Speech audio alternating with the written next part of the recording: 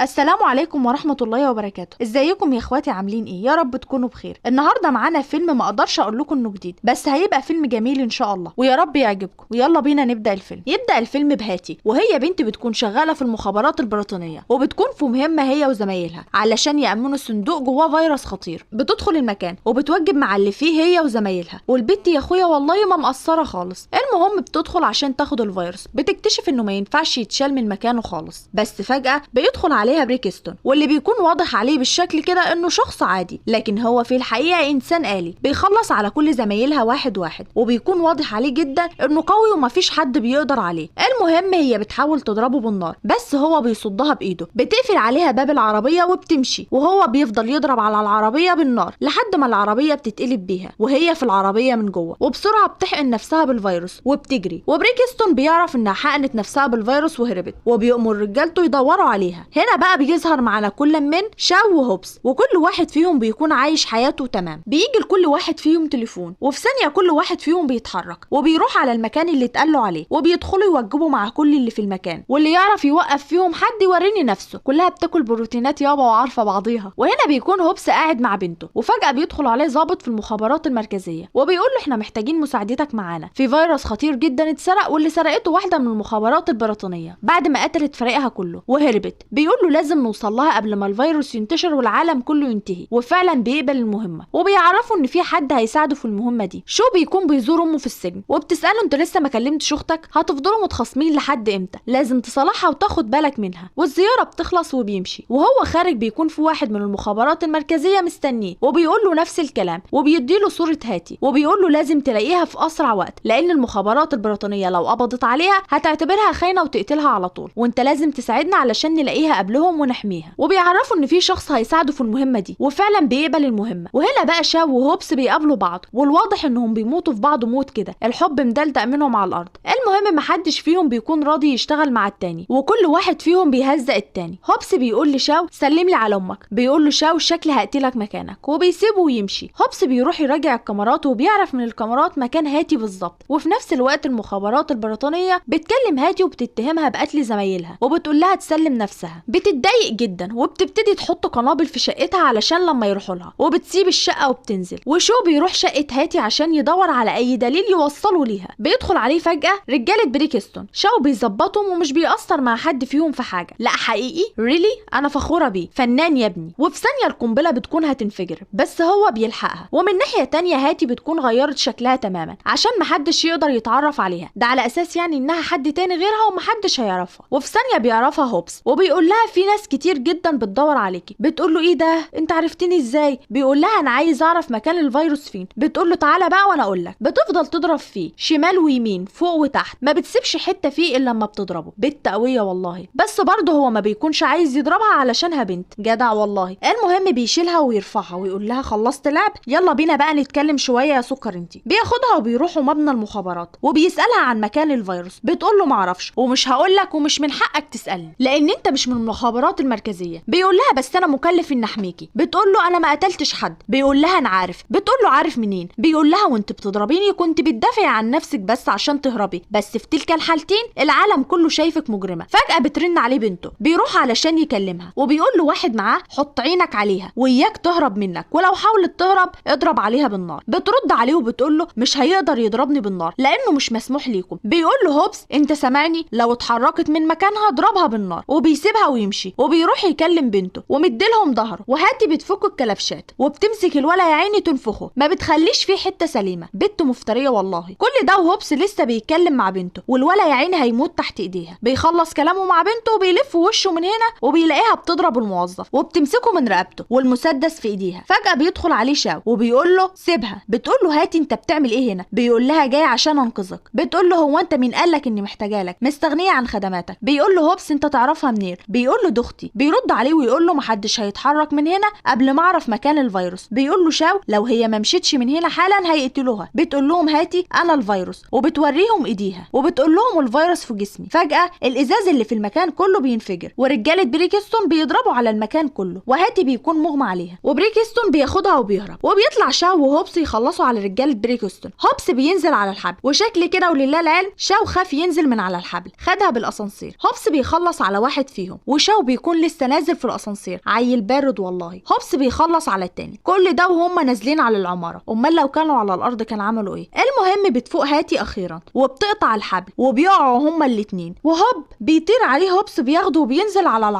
العربيه باظت يا جماعه. واخيرا شاو بيكون وصل ارض المعركه بسلام، بينزل وبيطيح في كل اللي قبله، وحقيقي انت ابهرتني. من ناحيه تانية بيقول هوبس لبريكستون يلا بقى يا حبيبي عشان اخدك للمدرسه. يا حرام ما بيكونش عارف اللي فيها. في ثانيه بريكستون بيحدد سرعه الضربه وبيتفاداها وبياخدها هوبس هو وبتجيبه الارض. بيجي شاو يضرب عليه بالنار، بس طبعا ولا هو كمان عارف حاجه، وطبعا الرصاص مش بيكون اثر فيه خالص وبيتصدم شاو. وبريكستون بيقول له عدى وقت طويل وما شفتكش من زمان، اخر مره شفتك فيها اديتك 3 رصاصات، 2 في الصدر وواحده في الراس، والمفروض انك ميت. بيقول له بريكستون خساره انك ما انضمتش لمنظمه ايتون معانا، كان زمانك حاجه تانية غير اللي انت فيه دلوقتي. بيقول له شاو انت مش الراجل اللي انا اعرفه. بيقول له صح معاك حق، انا احسن بكتير دلوقتي، انا المستقبل. وفي ثانيه بيتوقع ضربات شو وبيديها له بريكستون وبتجيبه الارض، وهاتي بتقدر انها تضرب اللي ماسكها وبتهرب، وهوبس بيحدف القنبله والمكان كله بينفجر، وشاو بياخدهم ويهربوا، وبريكستون بيكون وراهم. وطبعا العربيه الفيراري دي مش محتاجه اقول لكم على قدراتها الخارقه، لا وايه الموتوسيكل الريس ده حاجه يعني في منتهى الجمال. وبيقول هوبس لشاو انت تعرف الراجل ده منين؟ بيقول له المفروض انه ميت، قبل 8 سنين انا قتلته. بيقول له يعني اللي بيطاردنا ده مين دلوقتي؟ عفريته يعني ولا ايه؟ المهم بيكون لسه بيطاردهم. اوبس شايف انت الحركه دي؟ لا الشغل عالي قوي والله، حاجه كده من اللي مفيش منها. كفايه بقى لحد كده، نفصل شويه. بيخلع منه شاو بكل سهوله، وبريكستون بيدخل بالمكنه بتاعته في الاتوبيس ده، وهم بيقدروا انهم يهربوا منه. وبعدها بيروح بريكستون مركز ايتون وبيطلب من الشخص ده انه يخترق الجهاز الرئيسي لكل وسائل الاعلام، ولما بيخترقها بيقول له عايزك تنزل خبر انهم السبب في الهجمات الاخيره اللي حصلت للمخابرات المركزيه. وفعلا الاخبار بتنزل، وهوبس وشو بيكونوا شايفين، وشو بيقول لهم ان ايتون عباره عن مكان فيه تقنيات متقدمه جدا ويقدروا يعملوا اي حاجه. بتقول لهم هاتي انا ما عنديش وقت لكل ده، انا لازم اتصرف واشوف حد يعرف يشيل الفيروس من جسمي. بيقول لها هوبس الشخص ده الوحيد اللي يقدر انه يساعدنا، وانا من زمان براقبه وصعب ان احنا نقدر نمسكه، لازم نفكر كويس قبل ما نتصرف. المهم فعلا بيروحوا، وشاو بيتنكر على انه بياع جرايد، واول ما بيشوفه بيجري، بس يا عيني ما بيلحقش الا وبيلاقي نفسه لابس في حيطه سد، وفعلا بيمسكوه وبتوري له هاتي مكان حقن الفيروس. بيقول لها ده في جسمك بقاله قد ايه؟ بتقول له بقاله 30 ساعه. بيقول لها الفيروس ده خطير جدا ولسه قدامك 12 ساعه بس وتموتي، والفيروس بعدها هينتشر في الهواء، وفي اسبوع بس هيحصل تلوث عالمي وكل الناس هتموت. بيقول له هوبس انت شاركت في تصنيع الفيروس ده؟ بيقول له ايوه، لان انا كنت معتبر نفسي واحد منهم، هم فهموني انهم عايزين ينقذوا العالم، والفيروس ده المفروض انه كان معمول عشان يشفي جميع الامراض، لكن هم طوروه عشان يقتل الناس. انتوا مفيش قدامكم غير حلين، يا تقتلوها وتحرقوها، وطبعا انتوا مش هترضوا بالحل ده، والحل التاني ان في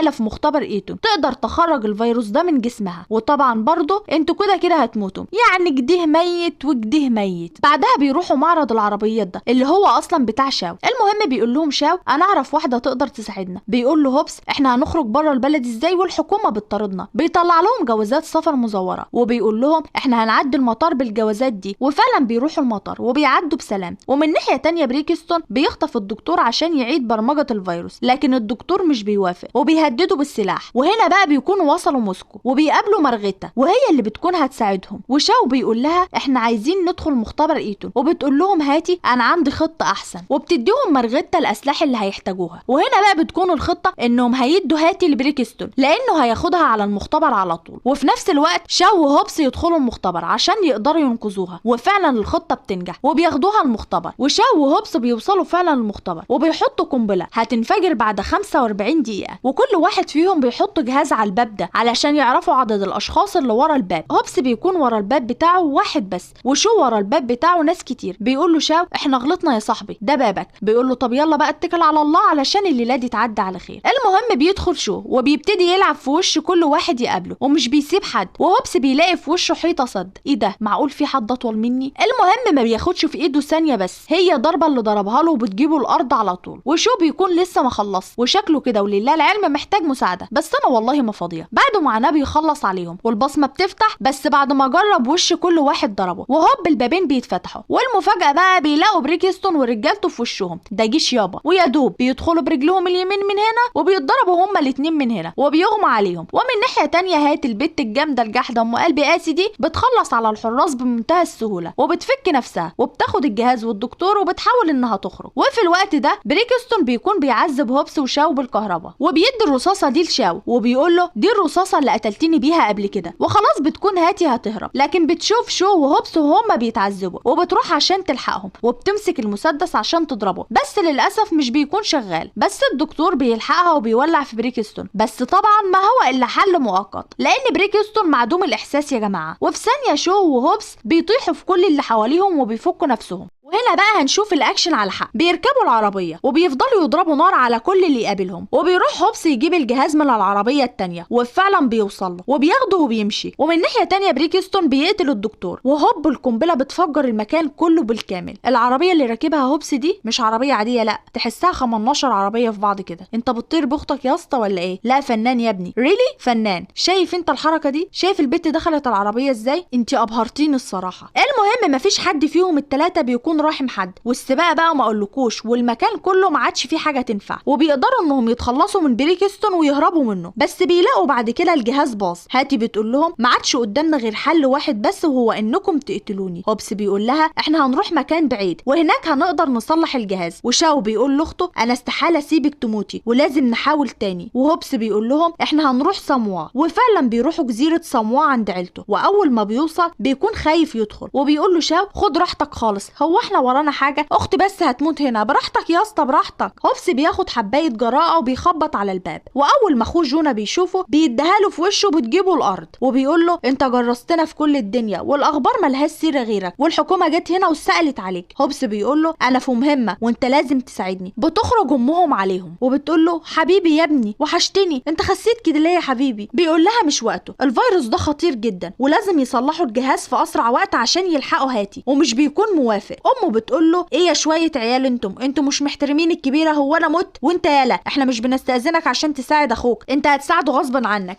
هي فرده. وفي الوقت ده بريكستون بيكون عرف مكانه واتحرك ناحيته. ومن ناحيه تانية شاو بيقول لهم احنا محتاجين اسلحه عشان نكون مستعدين لبريكستون ورجالته اول ما يوصلوا. بيقول له هوبس اكيد موجود، بس بيكتشفوا ان الاسلحه الموجوده يدويه. هوبس بيسال امه فين الاسلحه، بتقول له بعتها لانها كانت سبب في موت افراد كتير من العيله. وبيعرف شو انهم في مشكله كبيره، وبيبتدوا فعلا يعملوا خطه، وهي انهم هيعملوا دفاعات حوالين الجزيره، وبيجهزوا متفجرات بالانابيب، وبيحطوا متفجرات جوه العربيه عشان يكونوا متحاصرين من كل مكان. وفي نفس الوقت ده هاتي بتقدر انها تخترق نظام ايتون وبتعطل الاسلحه، لكن بتقول لشاو ان الاسلحه هتتعطل 6 دقايق بس من وقت الهجوم. ومن ناحيه تانية جونا بيكون صلح الجهاز وبيشتغل، وفعلا بيبتدي يسحب الفيروس، والوقت اللي بيكون محتاجه 30 دقيقه بس. وهنا بقى بيكون بريكستون ورجالته وصلوا. عايزه اقول لكم ان زاروك عنده عضلات والله اكبر، لو وزعناها على 15 واحد هيكفوا، هو بس لو يقول له النظام الغذائي بتاعه ايه. وهنا بقى العركه هتبتدي، والمفاجاه ليهم ان الاسلحه مش شغاله. ويلا بقى نلعب مع بعض شويه. العركه ابتدت وانتوا اللي